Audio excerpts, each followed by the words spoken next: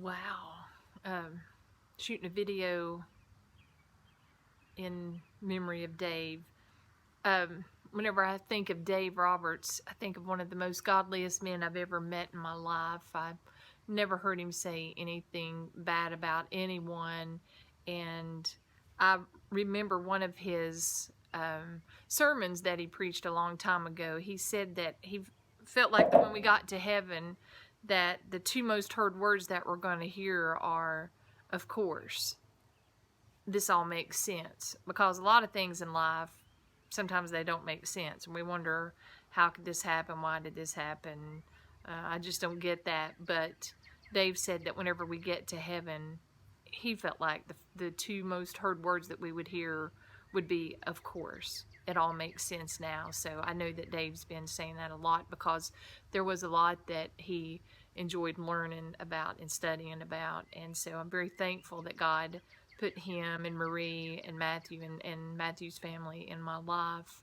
I just can't thank God enough for them. And whenever I got my job that I currently have, Dave asked if he could talk with me, and we were at the church, and he knew that my job was going to require some traveling and overnight stays in hotels, and so he gave me advice. He said, whenever you're traveling with a man, he said, don't ever let that man come into your room, and you don't ever go into his room.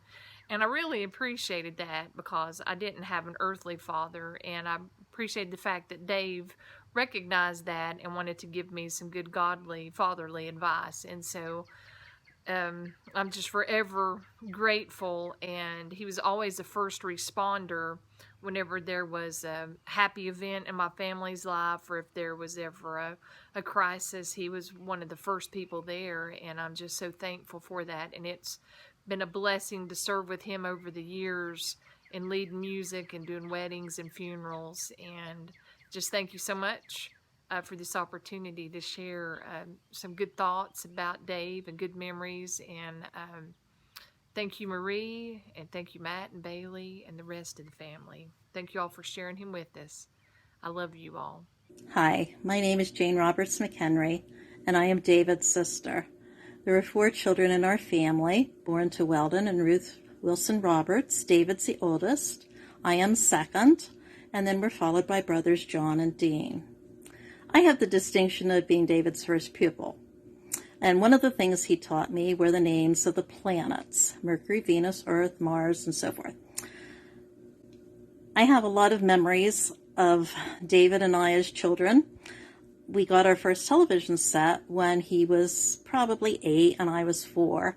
And one of the first shows we watched was Roy Rogers and Dale Evans with the theme Happy Trails to You. I remember following him all over our farm. One time after heavy rain, we were walking along our creek, which is about 4 to 5 feet wide. And David had longer legs. He jumped across the creek. I followed him, and I landed in the water. I guess he pulled me out. David was a tough act to follow. He graduated second in his high school class and with honors in college. But David was a good example, too, and he encouraged us to follow our own interests, to work hard, and to do our very best. We miss David. It is bittersweet. It's hard for us remaining here, but it's a blessed relief for him. And so I say to David, happy trails to you until we meet again. For those that don't know me, I'm Dave's nephew, John Roberts Jr. I'd like to share a few memories I have of Uncle Dave and the impact he had on my life. When I was a kid, Dave and family would come back up to the family farm in Pennsylvania twice a year. One year I particularly remember well was December 1985. Dave brought a small telescope up and showed us Halley's Comet. I was already very interested in science and astronomy, but to a 10-year-old, being able to actually see something like that made a great impact on me. The second important memory I have of him was every year when they came for Christmas, he would preach the Christmas Eve service at our church. More than once, I remember him talking about some possible explanation for the Christmas star, or the time of year it was, or the year Christ was born in, things that resonated with a young kid interested in the sciences. But one thing he always talked about was the good news of Christmas, the gospel of the coming of Christ. He loved the study of creation, but even more so, he loved the Creator. When I was in college studying physics, he gave me a piece of advice that has stuck with me and which I've shared with many others over the years. He told me, science done properly is an act of worship. It's the study of creation to better understand the Creator and what He has done and how He did it. Its purpose is to better know Him and to draw us closer to Him. It is in part because of Uncle Dave's example and his encouragement that I've become both a physicist and an ordained elder responsible for the teaching ministries of the church I'm a member of. We can take comfort in the knowledge that after a faithful life of service, Dave has now entered the joy of his master, where he will enjoy the presence of his Creator and his Savior forever. But that doesn't mean he won't be missed. He most certainly will. Aunt Marie, Matt, Bailey, family, we join you in grieving your loss. Know that you continue to be prayed for and that you are all loved. May God bless you all. Hi, Matthew and Marie. John and Patty here. We wanted to stop by and leave a few words to remembering David. Basically, the best thing that I can say is David's presence here made the world a lot better place to be in. I just wanted to have a few thoughts and words and memories about life with my brother David. Dave was raised here in northeast Pennsylvania, in Columbia County, on a dairy farm here in Mount Pleasant Township. It was a very rural, upbringing. We had neighbors who were close to us in that they weren't close physically, but we went back and forth and were very friendly. I can remember corn silage harvest where all the neighbors would get together and go from farm to farm and harvest the corn silage for the animals. Like I said, it was a dairy farm.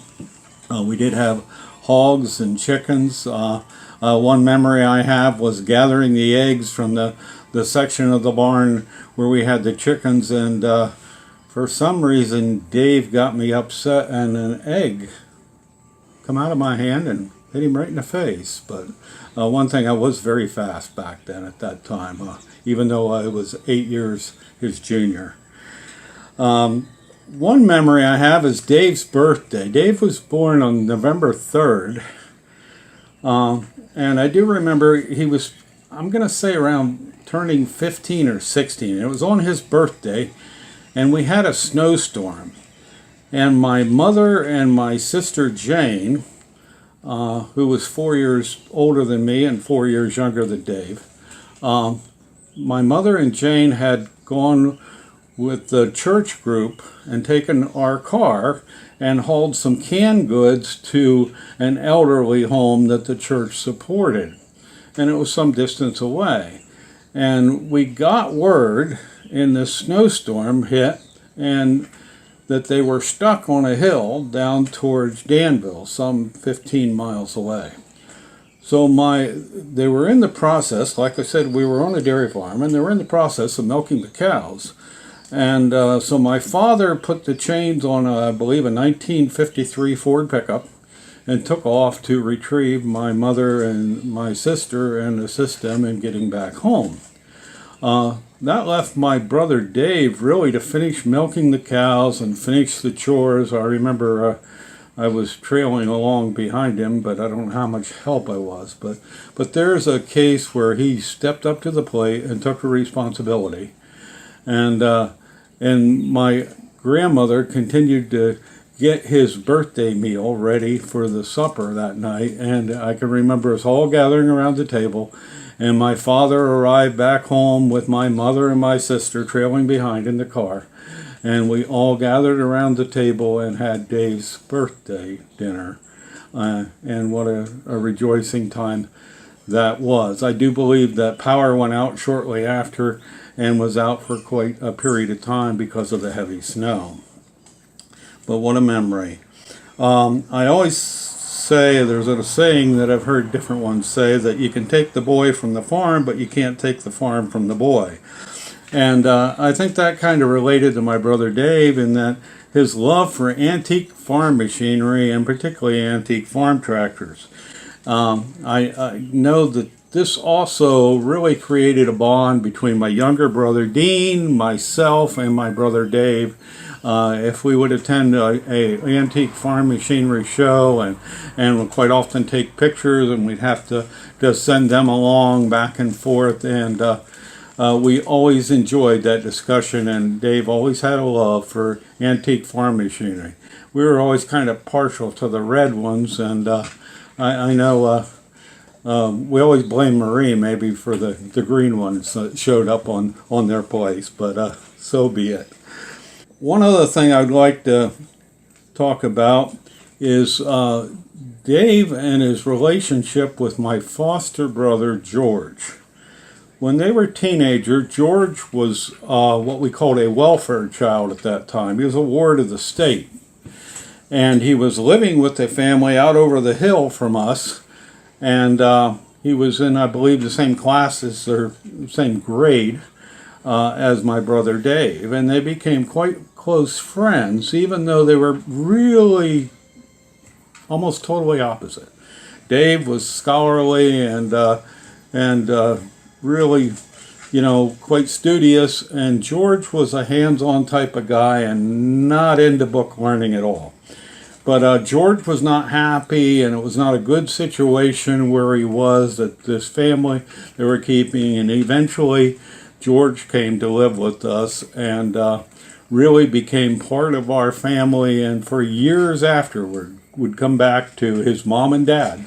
This was really the home that he felt most at home, and it was a lifelong relationship that Dave and George had, and to the credit of Dave.